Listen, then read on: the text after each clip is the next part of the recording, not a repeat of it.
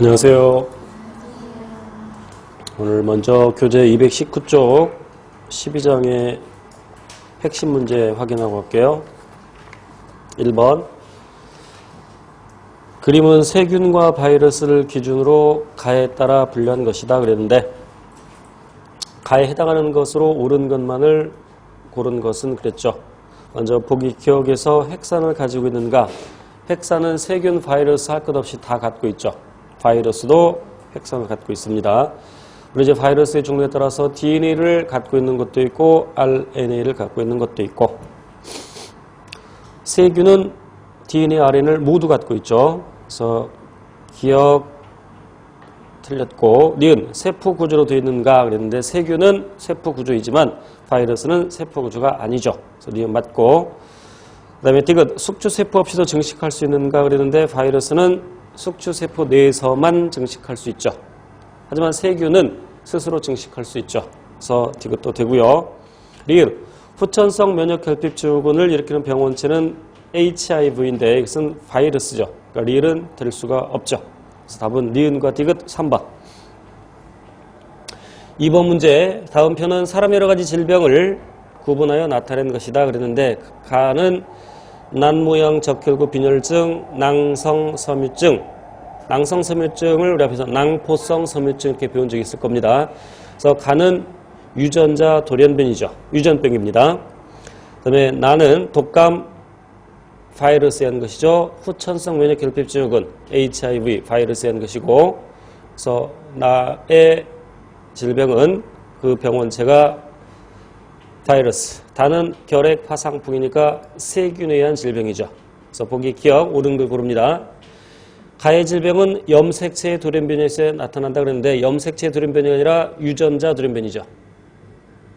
니은 나의 질병을 일으키는 병원체는 분열에 의해서 스스로 증식할 수 있다. 바이러스는 스스로 증식할 수 없죠. 디귿 다의 질병을 일으키는 병원체 세균은 핵막이 없는 세포로 되어 있죠. 핵막이 없습니다. 그래서 원핵세포라고 하죠. 그래서 답은 디귿 4번이죠. 3번 광우병을 일으키는 프리온 또는 프라이온이라고 발음하는데 단백질성 감염 입자이죠. 그래서 답은 3번.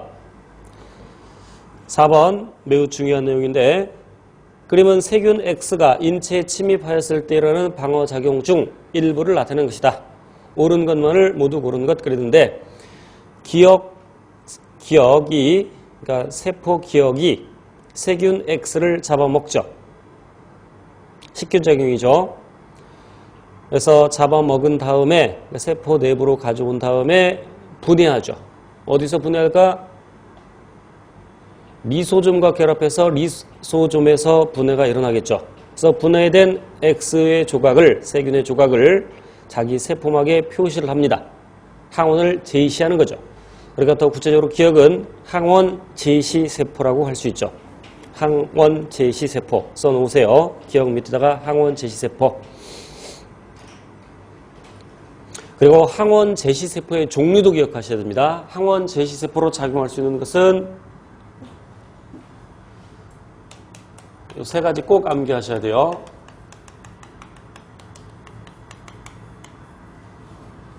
나뭇가지 모양으로 되어 있다고 해서 수지상세포, 나무수 가지지 모양상자를 써서 수지상세포, 그리고 대식세포,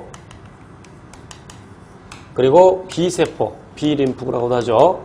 B림프구도 항원 제시세포로 작용할 수 있습니다. 그럼 이런 항원 제시세포는 그 항원 조각을 누구에게 제시합니까?